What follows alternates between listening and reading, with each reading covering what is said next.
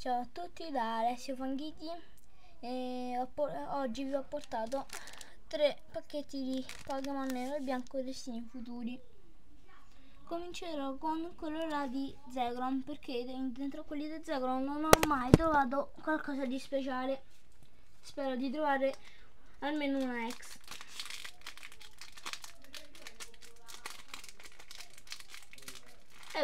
Perché? Aspettate, non si vuole aprire.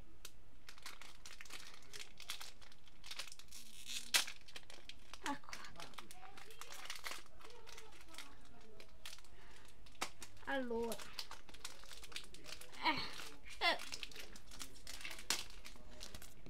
Fatto. Aspettate. Carta 1, 2, 3, 1 e 2. Allora, oh porca vacca, vedo dopo. Capchu, Shields, Kricketot, Riolu, Saryu, Lapras, Pokéball, Minshew, Lucario, figo. La diversa è Lucario e la rara, Oh porca, Kyurem EX. Cavolo. La mia prima ex. Salata. Ho parlato troppo presto.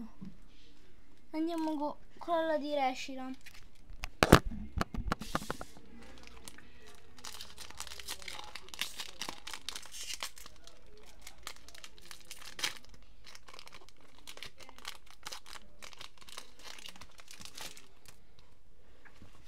Carta 1, 2, 3, 1 e 2.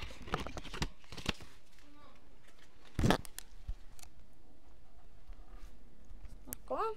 Allora, Hippopotas, Mienfoo, Shins, Pidove e Litwick tipo fuoco, poi Ponte Freccialuce, Lapras, Energia, la reversa è un Luxio e la rara è un Pinsir. Wow, che pacchetto schifoso. Adesso andiamo con l'ultimo pacchetto, il grande Kyurem.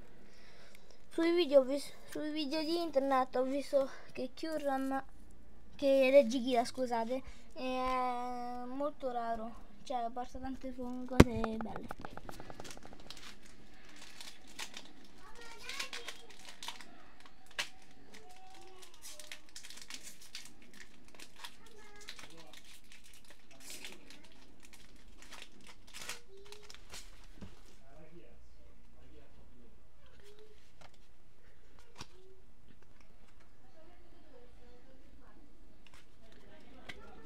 Allora, 1, 2, 3, 1, 2.